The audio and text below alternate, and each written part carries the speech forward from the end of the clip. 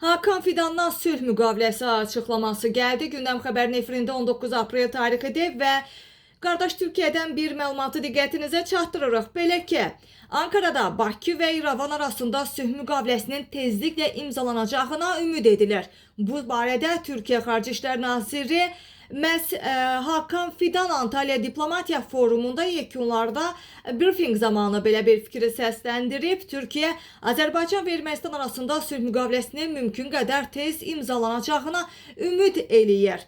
Fidanın sözlərinə görə Azərbaycan, Türkiyə və Ermənistan arasında münasibətlərin normallaşması məhz iqtisadi baxımdan da olduqca faydalıdır.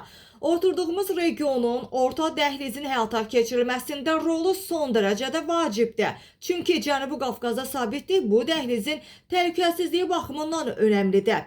Zəngəzur dəhlizi Türkiyə üçün çox vacib marşrutdur. Bu mövzuda biz Avropa İttifaqı ilə də işləyirik. Azərbaycan və Ermənistan arasında sülh müqaviləsinin imzalanması regiondakı bütün ölkələrin inkişafına töhfə verəcək və biz buna çox yaxınıq deyə Xarici İşlər Naziri Hakan Fidan əlavə edib. Qeyd eləyək ki, Gündəm xəbər bu məlumatı Müsavat.com-a istinadən diqqətinizə çatdırdı.